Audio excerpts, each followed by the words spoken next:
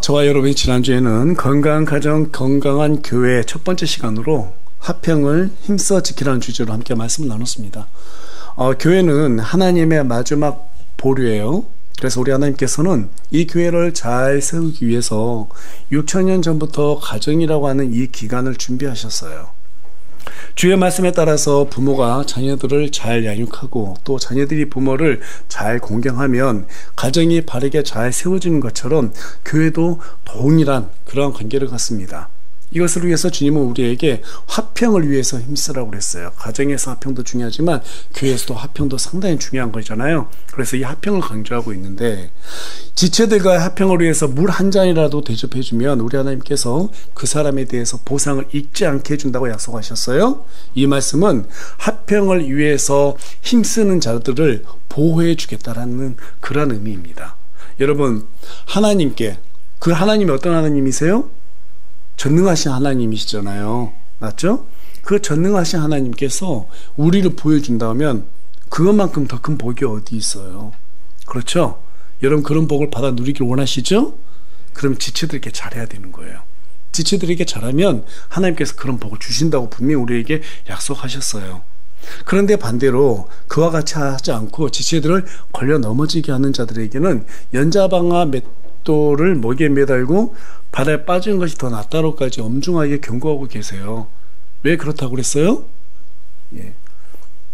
우리 구원받은 지체들이 전부 다 사람들의 생명을 살리는 이런 복음의 소명이 각자에게 맡겨져 있기 때문이라고 여러분들께 말씀을 드렸습니다. 기억나시죠? 그래서 저와 여러분은 하나님과의 어떤 수직적인 관계뿐만 아니라 이 수평적인 관계에 대해서도 아주 중요하게 생각해야 된다라고 말씀을 드렸습니다. 이를 위해서 사도 바울은 모든 겸손과 온유와 오래 참음으로 사랑 안에서 서로 참아주라고 그렇게 권면을 하였습니다. 그 중에서 특별히 참음에 대해서 반복하고 있어요. 사랑장이라고 불리는 고린도전서 13장에 가서 보면 첫 번째가 뭐예요? 사랑은 오래 참고, 오래 참고부터 시작이 됩니다. 그래서 우리가 왜 참는 것이 중요한가 하냐면, 여러분, 대기만성이라는 사자성어가 있잖아요. 큰 사람이 되기 위해서는 많은 노력과 시간이 필요하다라는 그런 의미입니다.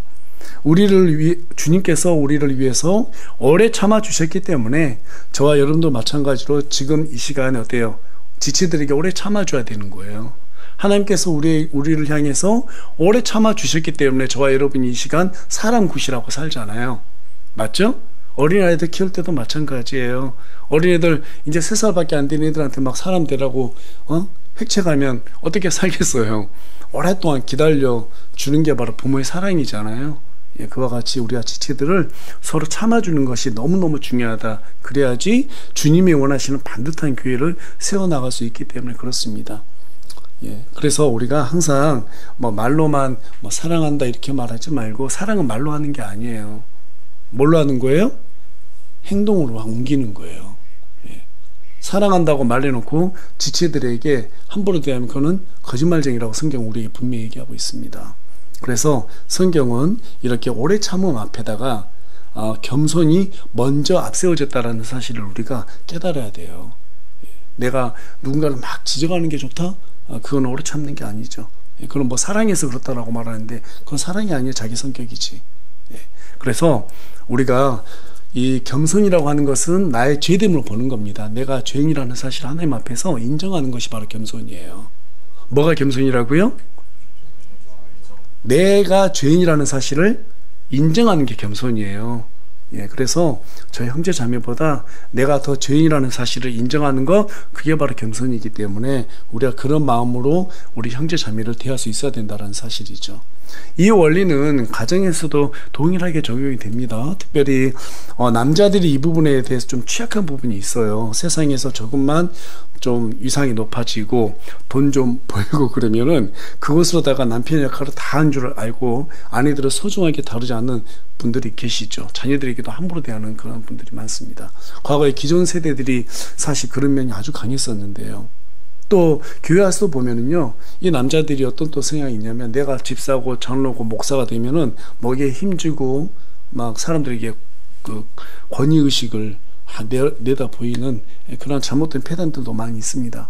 또 그런 분들이 집에 가면 아내들에게 막 복종만 강요해요. 그런 강큰 남자들이 정말 많지요. 예. 그러나 하나님은 그런 모습을 원치 않으십니다. 예. 우리 하나님께서는 자식들에도 그렇고 아내들을 또 존중하고 사랑하기를 원하세요.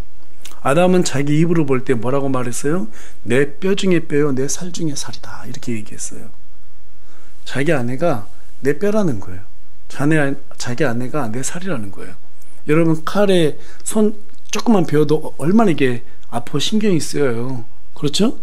그러니까 아내가 그만큼 다치면 나도 다쳤다 이렇게 생각해야 된다라는 거예요. 아내가 뼈가 부러진다? 그럼 내 뼈가 부러진 것처럼 같이 고통스러워야 된다 이 말이죠. 그런데 그 모습이 에베소서 5장 32절에 가서 보니까 그리스도와 교회의 관계라고 말하고 있어요.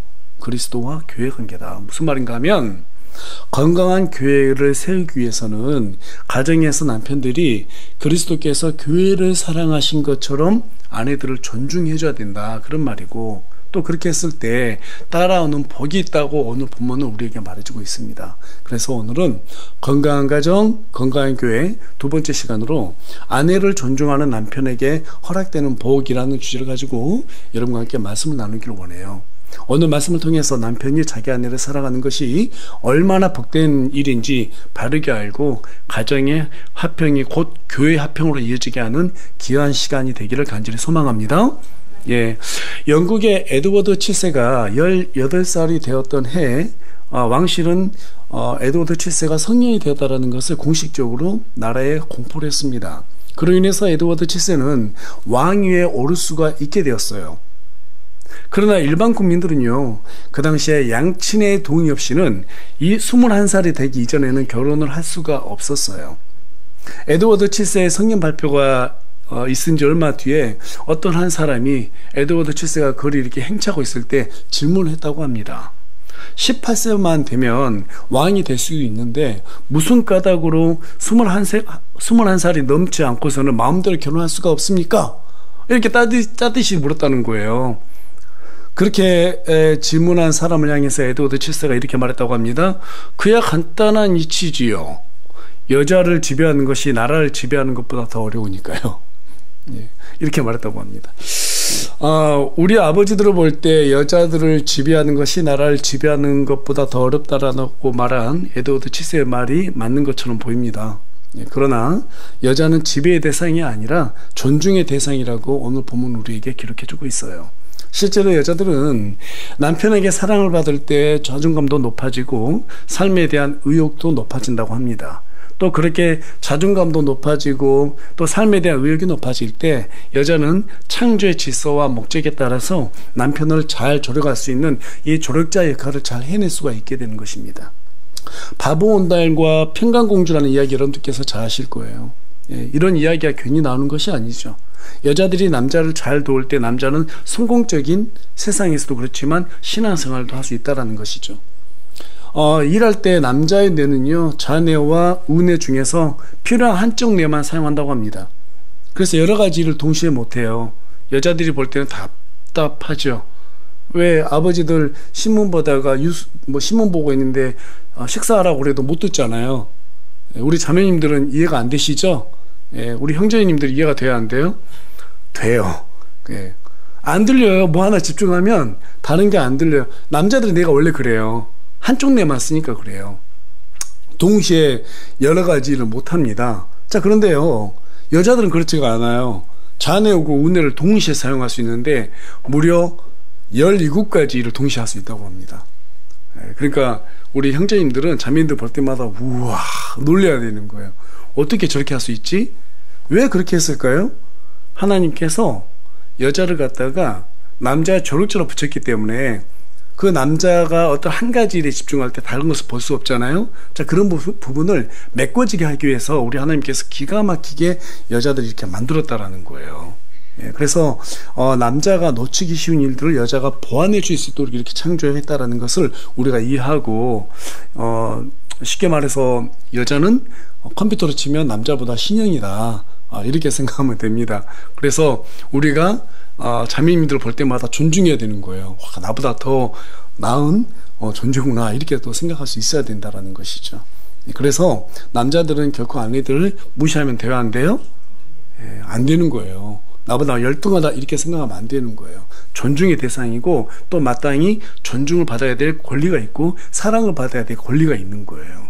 안 해주면 해달라고 뭘 해야 되는 거예요. 그런 권리가 있으니까. 분명 오늘 성경에서는 아내들을 갖다가 존중하라 명령하고 있기 때문에 그건 아내들이 받아야 될 권리인 거예요. 권리. 그 권리를 행사해야 되는 것입니다. 그러나 이제 남편들이 아내들을 존중해야 하는 가장 큰 이유가 따로 있어요. 그게 뭐냐면 오늘 본문에 보니까 아내를 사랑하고 존중했을 때 하나님께 한 가지 복이 약속되어 있기 때문에 그렇습니다. 그 복이 무엇인지 오늘 본문 말씀을 다시 한번 큰 목소리로 읽어보겠습니다. 시작. 남편들아 이와 같이 너희도 지식에 따라 그대가 동거하고 아내를 더 약한 그릇이요 또 생명의 은혜를 함께 상속받을 자로 여기고 존중하라. 그래야 너희 기도가 방해를 받지 아니하리라. 남편들이 아내들을 존중하면 기도에 방해를 받지 않는 복을 하나님께서 약속하셨어요. 아내와 관계가 좋지 않으면 아무리 교회를 위해서 기도를 드려도 그 기도가 하나님께 전달될 수 있다 없다? 전달될 수 없다라는 말이에요. 지난주에 말씀드린 바와 같이 가정은 교회를 위해서 존재하는 기관이고 교회에서 남자는 그리스도의 역할을 여자는 교회의 역할을 맡았다고 여러분들께 말씀을 드렸습니다. 그래서 에베소서 5장 24절 25절은 남편들은 자기 아내를 볼 때마다 그리스도의 몸된 교회를 생각해야 되고 그래서 자기 몸처럼 사랑해야 되는 거예요. 그렇게 또 명령하고 있습니다. 아내는 남편들을 볼 때마다 어떻게 해야 돼요? 교회가 그리스도께 복종하듯이 복종해야 된다라고 명령하고 있어요. 비록 교회에서 여자는 발언권이 있어요 없어요? 발언권이 없습니다. 없지만 부부는 한 몸이기 때문에 어떤 일을 교회에서 하든지 간에 남자가 마음대로 하면 안 되는 거예요. 아내하고 상의를 해야 되는 거예요. 그런데 날마다 남편이 아내를 무시하고 모지게 대하면서 남편이 교회를 열심히 하면 아내들의 마음이 어떨까요? 웃긴다. 그렇죠? 웃기고 있네. 뭐 하자고 그러면 너나 잘해라 그런단 말이에요. 마음에서 비웃어요. 그러면 사탄이 거기에서 딱 틈타가지고요 계속해서 어떻게 돼요? 가정의 화평을 깨트린단 말이에요. 남편들은 복종하라고 그랬잖아. 이게 복종만 요구하고 아내들은 웃기지 마 그러죠. 웃기지 마 이런단 말이에요. 자 여러분 그렇게 되면 한시도 가정에 바람 잘 날이 없을 뿐만 아니라 기도의 통로가 막히기 때문에 아무리 교회 사역에 열심을 내도 열매를 맺을 수가 있을까요 없을까요? 남자들은 교회 사역에 열매를 맺을 수가 없어요. 왜 그래요? 기도 없는 사역은 섭빈 강정과 같기 때문에 그렇습니다. 그렇다면 어떻게 남편들은 아내를 존중해야 되는가? 오늘은 제가 우리 형제님들께 정말 죄송하지만 남편들이 일단 우리 아내들에게 어떻게 되어야 될지부터 성경이 말씀을 통해서 여러분께 소개하고 있어요. 근데 너무 속상해하지 마세요. 다음 주는 아내에 대해서 제가 얘기할 거니까 속상해하지 마시고 오늘은 하나님께서 우리에게 아내들을 대하는 방식에 대해서 순종하겠다 이렇게 생각하시고 말씀을 잘 듣고 순종해 주셨으면 좋겠습니다. 자, 아내를 존중해야 되는데 어떻게 해야 존중해야 되느냐 하면 첫 번째는 너희도 지식에 따라 그들과 동거하라고 말하고 있어요. 자, 여러분 여기에서 너희는 누구를 얘기하고 있어요? 남편을 얘기하고 있죠. 자, 남편들을 대상으로 하고 있는데 이 남편들에게 어떤 취지로 이와 같이 말씀하셨는가? 자, 바로 앞구절에 있는 베드로전서 3장 6절 말씀 보면 어느 정도 우리 이해할 수 있습니다. 우리 다 같이 베드로전서 3장 6절 말씀 한 목소리 읽겠습니다. 시작. 사라가 아브라함을 주라 부르며 그에게 순종한 것 같이 너희가 잘 행하고 어떤 놀랄 만한 일에도 두려워하지 아니하면 그녀의 딸들이 되니라. 지금 보니까 사라가 아브라함을 뭐라고 불렀다고 말하고 있어요? 주라고 불렀다라는 거예요. 주라고. 집에서 아마 지금 남편들이 아내들에게 이제부터 나에게 주라고 불러. 그럼 뭐라고 말할까요? 웃기고 있네 그러죠. 근데 여러분 이게 무슨 말이냐면 그만큼 사라가 아브라함이 뭐 대단해서 그렇게 불러준 게 아니에요. 여러분 아브라함이 어떤 사람이었어요? 자기 죽을까봐 자기 아내를 갖다 동생이라고 속이면서 자기 살자고 도망간 사람 아닙니까? 그렇죠? 정말 남편들 중에서 가장 못난 사람이 아브라함이에요. 근데 그런 아브라함에게 지금 사라가 뭐라고 말해요? 주라고 얘기한단 말이에요. 주라고. 왜? 하나님의 종이니까 주라고 말했어요. 자, 이렇게 말한 뒤에 바로 지금 7절 말씀이 기록되어 있습니다. 무슨 말일까요? 사라가 하나님을 두려워하는 마음으로 남편을 주라고 그렇게 말하면서 순종하며 섬겼던 것처럼 남자들도 아내를 인격적으로 존중해라 이 말이에요. 그러니까 여러분, 남자 여자는요 서로 역할만 다를 뿐이지 평등한 관계이고 서로 존중해 줘야 되는 그런 대상이라 이 말이에요. 여러분, 이해가 되셨어요?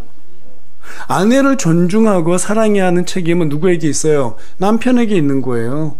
그래서 남편들은 아내를 볼 때마다 우리 그리스도께서 교회를 사랑하듯 사랑해야 한다는 이 지식에 따라 가지고, 이 지식에 따라서 아내를 존중하며 함께 동거, 즉 함께 살아야 된다라고 지금 본문 말씀이 우리에게 말해주고 있는 거예요. 그러니까 우리 남편들이 아내들을 대할 때 얼마나 두려운 마음으로 대해야 되겠어요. 그렇죠?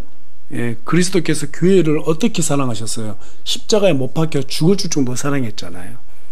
그와 같이 내 아내를 사랑하고 존중해야 된다. 예, 제가 지금 가운데 보고 얘기 안 하고 있어요.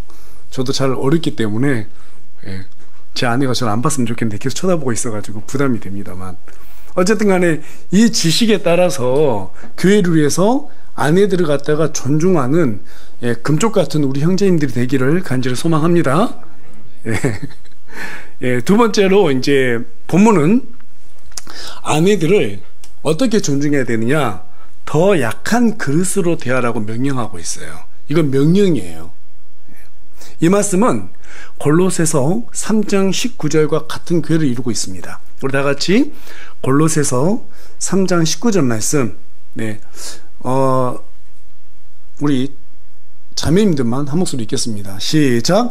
남편들아, 너희 아내를 사랑하고 모질게 대하지 말라. 예, 이제 결혼한 우리 형제님들 아주 그냥 지금 머릿속이 복잡할 것 같은데, 남편들아, 너희 아내를 사랑하고 모질게 대하지 말라는 거예요. 본문은 아내들을 약한 그릇에 비유하고 있습니다. 여러분, 설거지할 때 유리그릇 다룰 때 어떻게 해요? 막 설거지 할 거 막 던져요? 아니면 막 굴려요? 그렇지 않죠? 깨질까봐 조심스럽게 설거지하고 착 헹궈가지고 탁 놔두잖아요. 깨지면 안 되니까.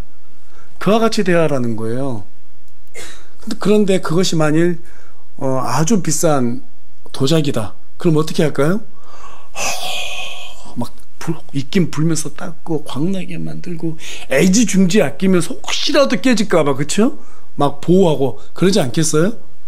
그와 같이 대하라고 얘기하고 있어요. 그와 같이. 그러니까 우리 자매님들 교회 다니길 참 잘했죠. 이런 말씀 들을 수 있다라는 게 얼마나 다행스러워요.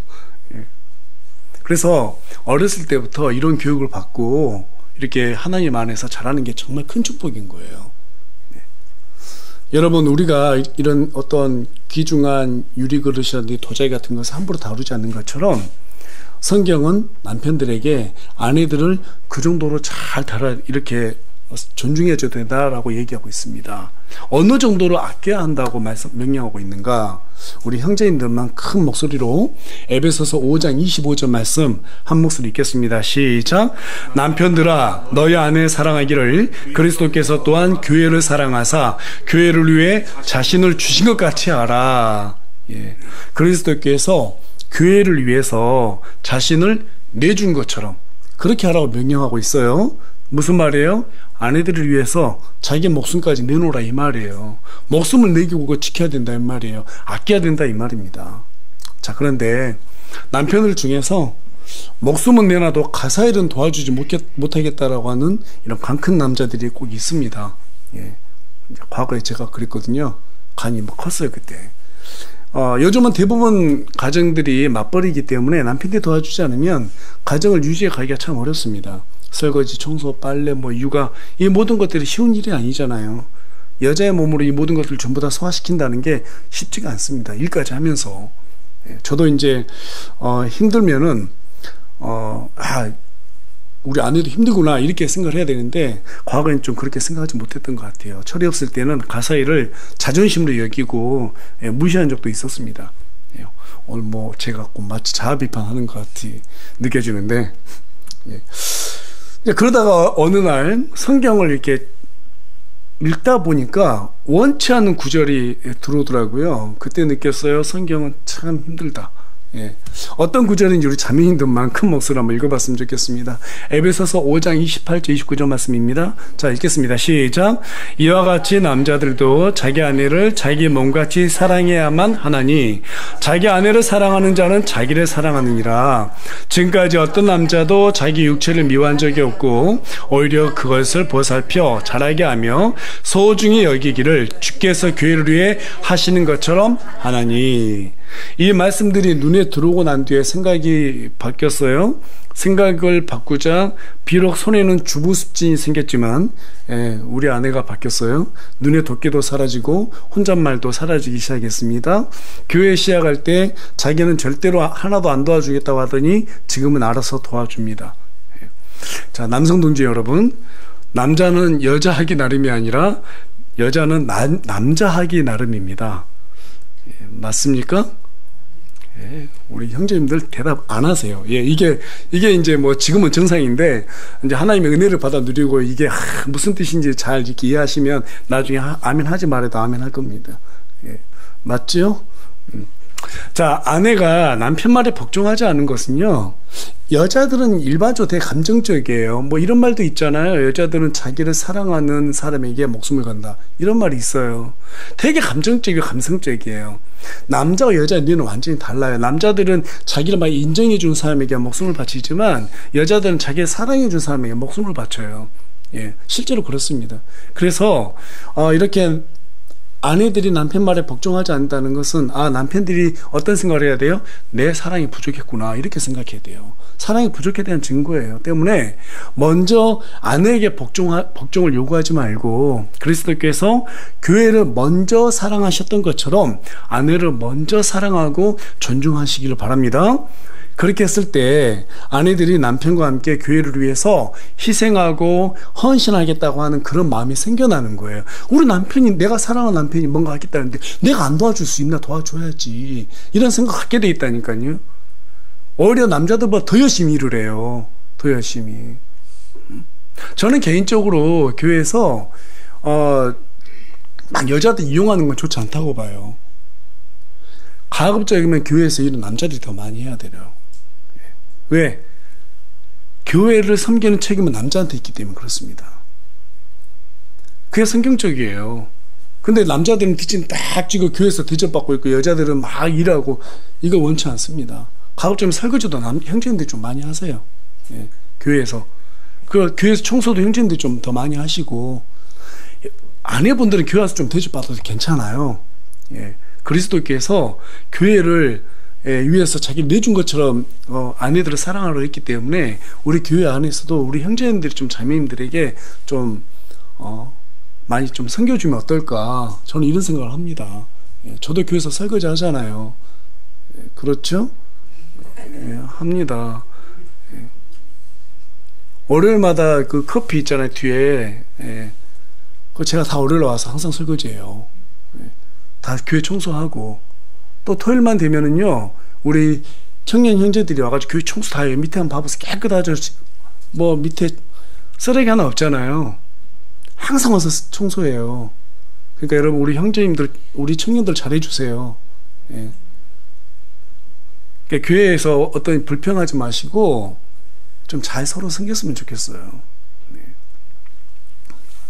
그러니까 본론으로 다시 돌아와서, 남편들이 아내를 사랑하면 아내들이 남편들이 하지 말라고 꼭 하라고 말 안 해도 우리 남편이 교회를 정말 잘 섬기기를 원하는구나, 그럼 내 사랑하는 남편이니까 내가 덩달아서 교회에 대해 적극적으로 참여해야지, 이게 정상인 거예요. 이게 이렇게 돼야 되는 거예요.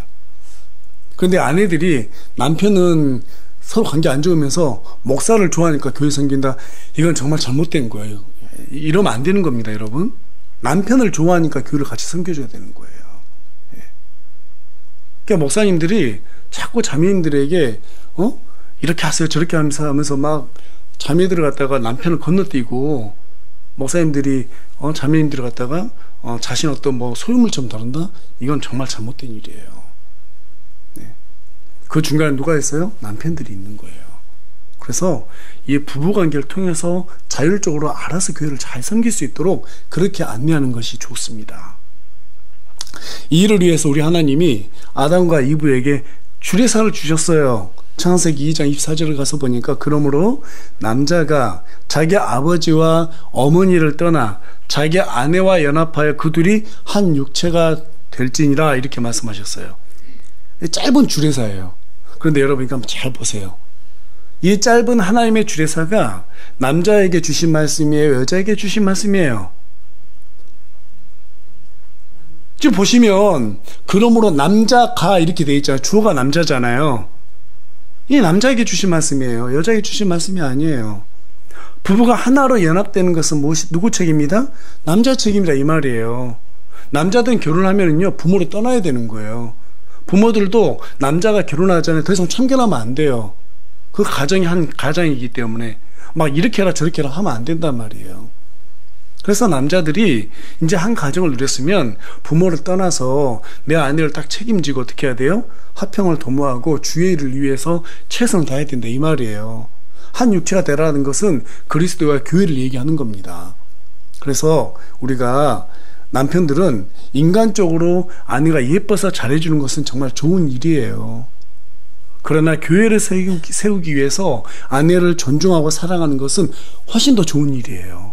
아니 이것이 아내를 사랑하고 존중하는 목적이 돼야 되는 거예요. 목적이. 아무리 남편들이 교회에 물질적으로 도움이 되고 싶어도요 아내가 동의하지 해주지 않으면 할 수가 없습니다. 아무리 시간적으로 교회 사역에 헌신하고 싶어도요 아내가 동의해 주지 않으면 하기 어려워요. 맞습니까? 예. 교회 사역은 기도로 시작해서 기도로 마무리해야 되는 일인데 매일같이 아내들과 다투면서 하나님께 기도하면 그 기도를 하나님께서 어떻게 받아주겠냐는 거예요. 아내는 제쳐두고 혼자만 신앙생활 잘하면 되겠지? 이건 잘못된 생각입니다.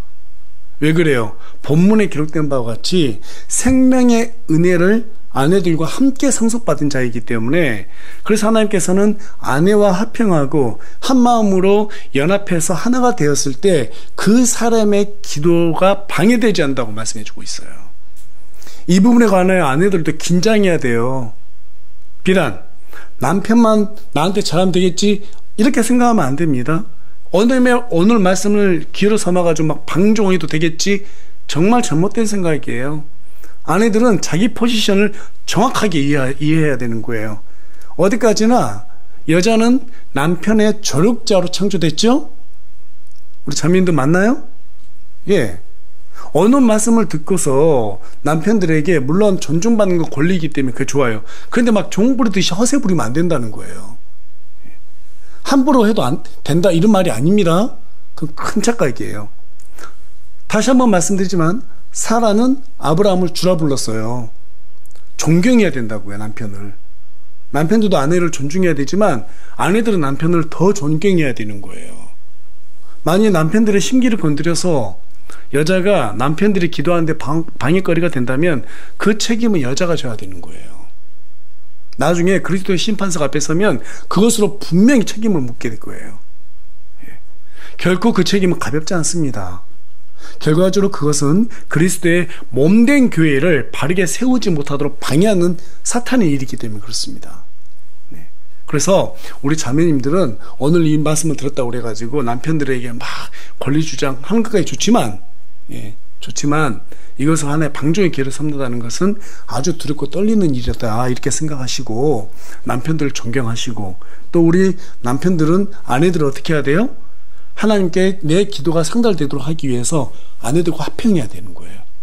그 방법이 바로 존중해야 된다는 겁니다. 존중해야 된다. 아껴줘야 된다. 말씀을 마무리하겠습니다. 남자는 자기 아내를 볼 때 그리스도께서 교회를 사랑하셨던 것처럼 아내를 사랑하고 존중해야 되는 그러한 책무가 있어요. 그렇게 했을 때 교회를 잘 세워나갈 수 있는 그런 동력을 얻을 수 있기 때문입니다. 따라서 남편들은 교회 사역을 하기 전에 먼저 누구와 합평해야 돼요? 아내들과 합평해야 되는 거예요. 반대로 아내들 또한 교회를 위해서 남편의 기도 사역에 방해거리가 되지 않도록 남편에게 복종하고 조력자의 역할을 충실하게 잘 해야 되는 거예요. 그래서 남편을 존경해야 된다는 것입니다. 그렇게 했을 때 건강한 가정과 건강한 교회가 세워진다고 성경이 우리에게 말해주고 있는 거예요. 더불어 아직 우리 결혼하지 않는 우리 청년들 또 우리 학생들도 있는데 바로 이 부분을 잘 참고해서 배우자를 선택하는 기준으로 삼아야 돼요. 그래서 제가 우리 청년들에게 이런 말 합니다. 다른 거 다 필요 없다. 하나님 믿고 그냥 말 잘 듣는 여자 데려와라. 정말 중요한 거예요. 이게 정말 중요한 거예요. 또 우리 자매님들은 어떤 남편 선택해야 되느냐? 자기 가족을 사랑하는 사람 선택해야 돼요. 아, 나를 사랑해 주겠구나. 세상에 대한 분별력도 있고 정말 교회를 세워서 하나님 앞에 보상을 받으려고 하는 욕심 있는 사람, 그런 사람 만나야 돼요. 하나님 앞에 정말로 열심히 해서 보상을 받으려고 하는 그런 욕심이 있는 남자들을 만나면 그 여자의 삶은 평생 고생하지 않아요. 조금만 복종하고 도와주면은요, 정말 같이 복된 삶을 살 수 있어요. 그런데 하나님은 사랑하지 않고 세상을 더 사랑하는 남자 만났다가는 골치 아파지는 거예요. 평생 어떻게 살아요? 이런 말 하잖아요. 옛날 우리 할머니들 보면 어이구 내 팔자야 저 왼수 만나서 그러잖아요. 그 팔자가 자기들 팔자 되는 거예요. 그래서 우리 자매님들은 정말 저 남자가 하나님을 사랑하는가, 정말 하나님한테 최선을 다하기 위해서 충성하는 사람인가, 행동을 봐야 돼요. 나보다 더 하나님 사랑한가, 그걸 봐야 돼요. 우리 자매님들은 자매를 사랑해 준 것보다 하나님을 더 사랑하는 사람 만나야 돼요. 또 우리 자매님들은 어떻게 하라고, 형제님들 어떻게 하라고요? 정말로 복종하는 사람인가, 이 부분을 잘 보고 우리 청년들은 결혼해야지 나중에 다음 세대들이 잘 세워지기도 하고 교회를 또 계속해서 바톤 이어받아서 잘 세워나갈 수 있는 겁니다. 그래서 오늘 저와 여러분이 이렇게 정말 교회를 위해서 가정이 존재하고 이 가정 안에서 남편들의 역할이 상당히 중요하구나, 또 아내들의 역할도 중요하구나, 이것을 생각하면서 앞으로 우리 새우물침례교회가 건강한 가정, 건강한 교회, 그런 교회로 계속해서 잘 자라나기를 소망합니다.